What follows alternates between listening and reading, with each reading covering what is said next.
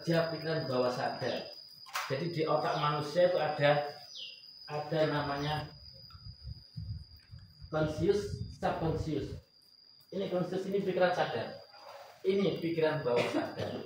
Semua informasi dikelola oleh hidup dalam bentuk 80% pikiran bawah sadar. Contoh gini, pikiran bawah sadar sesuatu yang diulang-ulang bisa masuk menjadi informasi. Contoh jenengan naik pit. Naik pit itu sudah otomatis. Kalau sudah orang bisa otomatis, Pak. Menggok, kudu piye dan sebagainya itu naik pikiran bawah sadar. Jenengan kok lapar, ngelih, pasti golek warung, orang mungkin golek toko klambi. Lah itu sudah pikiran bawah sadar sebenarnya itu. Enek wong lewat seret, kok ganteng, kok ayu, teratap, itu sudah bawah sadar, Pak. Jenengan sudah tidak bisa, tidak perlu mengidentifikasi iki ayo ora ayo. Oh kata ayo ora enggak perlu. Itu namanya pikiran bawah sadar. Nah, ini. Terus ini pikiran sadar. Informasi masuk ke pikiran sadar dikelola. Kalau jenengan sepakat, jenengan buka namanya critical factor jembatan. Nah, jembatan terbuka untuk masuk ke pikiran bawah sadar. Contoh gini, contoh faktor kritis gini. Saya bilang ke Pak Yazid, tolong gelasnya digeser. Itu nggak langsung mau, Pak. Awal nggak langsung mau, tapi langsung dikelola dulu. Kok aku toh, kok mesti aku toh. Nah, apa kan dikelola, Pak. Bahasa saya dikelola. Ketika jenengan mengelola dan menemukan titik kenyamanannya, maka jangan buka namanya critical factor.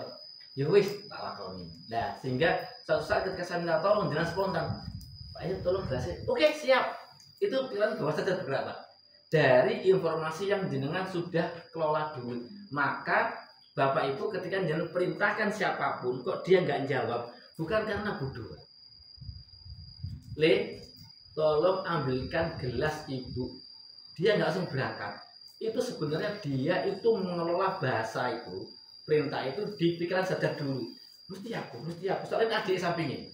Mesti aku. Nah, ketika dia dialog dengan bawah sadarnya, kok aku, itu terbuka. Cuman kita nggak paham bahwasanya diamnya seseorang ketika ada informasi atau perintah itu bukan orang yang malas ketika nggak langsung bekerja, tetapi mengolah informasi sadarnya itu diiyakan atau tidak.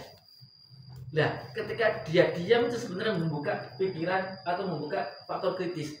Nah, ketika dia diam itu membuka faktor kritis untuk diiyakan atau tidak.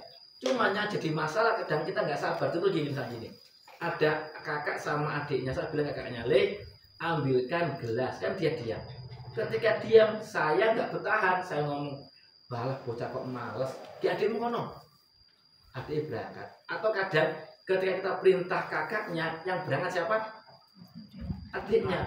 Kenapa kok adiknya? Karena adiknya di usia 0 sampai 7 tahun itu belum punya faktor kritis, sehingga informasi apapun akan masuk tanpa penolakan. Kakaknya umur 10 tahun, punya adik umur 6 tahun. Saya perintahkan kakaknya, tolong ambilkan gelas. Yang berangkat langsung kakaknya apa adiknya?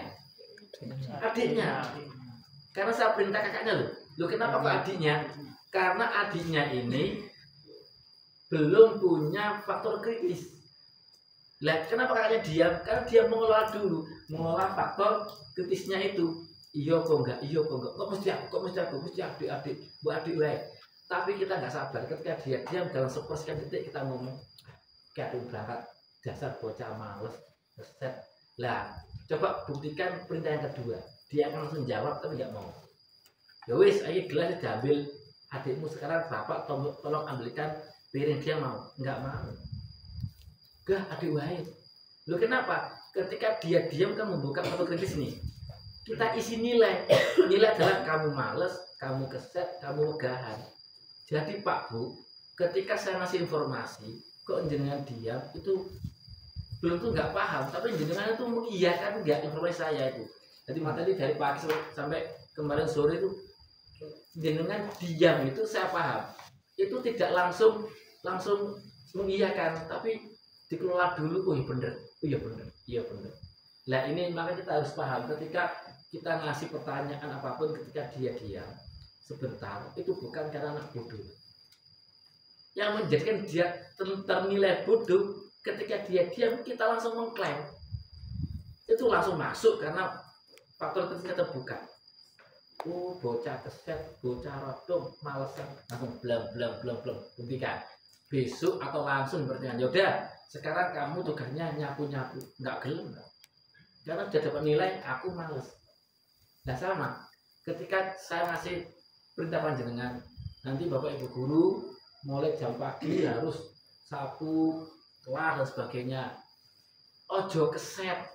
Padahal jangan belum melaksanakan nih. Paham ya? Saya ulang lagi nih. Saya bilang, Bapak Ibu Guru, nanti sebelum anak-anak masuk, Bapak Ibu Guru harus menyambut anak-anak di gerbang pondok. Ojo males. Padahal kan jangan belum berangkat. Ini nilai sebenarnya. Ketika saya mengatakan pagi sebelum anak masuk, berarti jam 7 sudah berada di gerbang pesantren atau sekolah menyambut anak datang. Informasi ini kan jangan terima, terus kan dikelola atau Pak itu Pak? Kelola, oh iya, berarti besok ini. Nah ketika jangan mengelola kan terbuka Pak. Ini terbuka. Tetapi ketika jangan dalam proses mengelola, saya langsung ngasih nilai, ojo keset, jadi guru, ojo malesan. Itu langsung munculnya adalah, oh berarti itu males. Kalimat jangan itu tidak bisa dikelola oleh pikiran dalam bentuk gambar soalnya. Saya katakan, Bapak Ibu Guru, jangan sekali-kali membayangkan kambing berbulu biru. Haram ini ya, jangan loh ini. Nanti jangan bayangkan malah masuk neraka jahanam. Jangan bayangkan kambing berbulu biru. Masuk nggak bayangannya? Masuk. Padahal kalimatnya jangan ada dimunculkan. Karena jangan itu tidak bisa dikelola oleh pikiran dalam bentuk gambar. Maka kalau jangan mau merubah sistem, hindari kalimat-kalimat larangan kalau jangan nggak punya alasan. Diganti aja dengan kalimat positif. Harapan saya kan jenengan nggak, contoh gini, jangan membayangkan kambing berbulu biru, bayangkan saja kambing yang lainnya. Harapan saya jenengan nggak membayangkan, tapi malah muncul bayangan sangat kuat. Padahal ingin saya jangan bayangkan sapi. Kan gampang malah. Bapak Ibu Guru bayangkan sapi betina, kulitnya buntung-buntung kok tentara. Lo kan selesai urusan malah. Jadi kalau jenengan nggak punya alasan untuk hindari kalimat larangan. Contoh gini. Contoh lagi nih. Adik-adik jangan pipis di depan kelas. Yang terjadi apa dalam otaknya itu? Perintah pipis di depan kelas, ngoyo, acak. Wis diomong lek ngoyo aja ngarep kelas. Oke, pindah nang samping, Pak. Kok samping? Karena perintahnya terus berantai. Akhirnya nggak boleh di samping, nggak boleh di belakang, nggak boleh depan. Akhirnya munculnya di atas genteng. Nah, kenapa? Perintahnya konkret, lek ngoyo di kamar mandi, lah kan konkret. Jadi yang jangan sampaikan adalah sesuatu yang jangan inginkan, bukan sesuatu yang jangan tidak inginkan yang dilakukan oleh seseorang. Jadi disampaikan sesuatu yang diinginkan. Sama, saya mengatakan, Bapak Ibu, mulai besok pagi jam 7, panjenengan sedanten sudah berada di gerbang pintu pesantren untuk menyambut anak didik kita yang datang. Kan jenengan pasti ngelola, Pak. Pasti ngelola. Pasti. Informasi itu langsung dengan masukkan ke diri panjenengan, bayangkan, oh buat aku. Lah, ketika seperti itu, diamnya panjenengan itu membuka faktor kritis. Tapi saya belum selesai, jangan belum mengiyakan tidak, belum jawab. Ya Pak, sepakat saya ngomong. Jadi guru ojo males-males.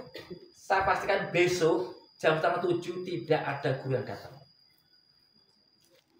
Mesti itu, mesti Pak. Lah, maka kalau saya menggunakan tadi gini, alhamdulillah besok Bapak Ibu sudah mulai masuk di sekolah jam 7 dengan menjaga atau menyambut kehadiran anak-anak. Selesai.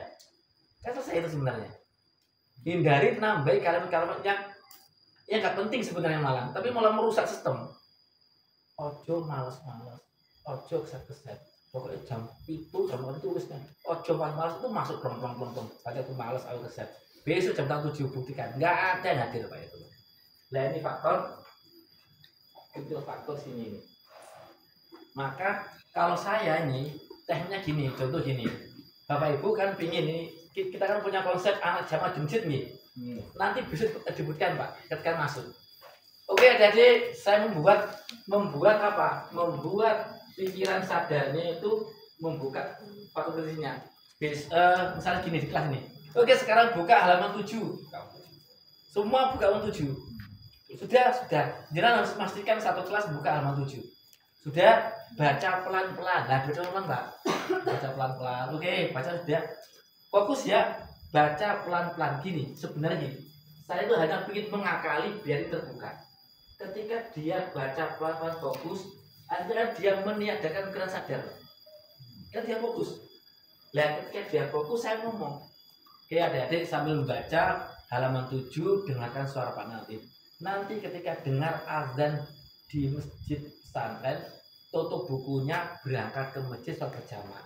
Saya ulang lagi ya, sambil membaca pelan-pelan fokus halaman 7. Nanti ketika dengar suara azan di masjid, berangkat ke masjid sholat berjamaah. Saya ulang 3 kali. Oke, sekarang fokus lagi membaca. Terus dengan diam saja. Perhatikan ketika dengar suara azan, jangan nggak usah bengok-bengok, langsung buka dan tutup oleh anak, dia berangkat. Lah ini teknik menembus acer. Wis opo meneh acer iki. Baterainya ini ya.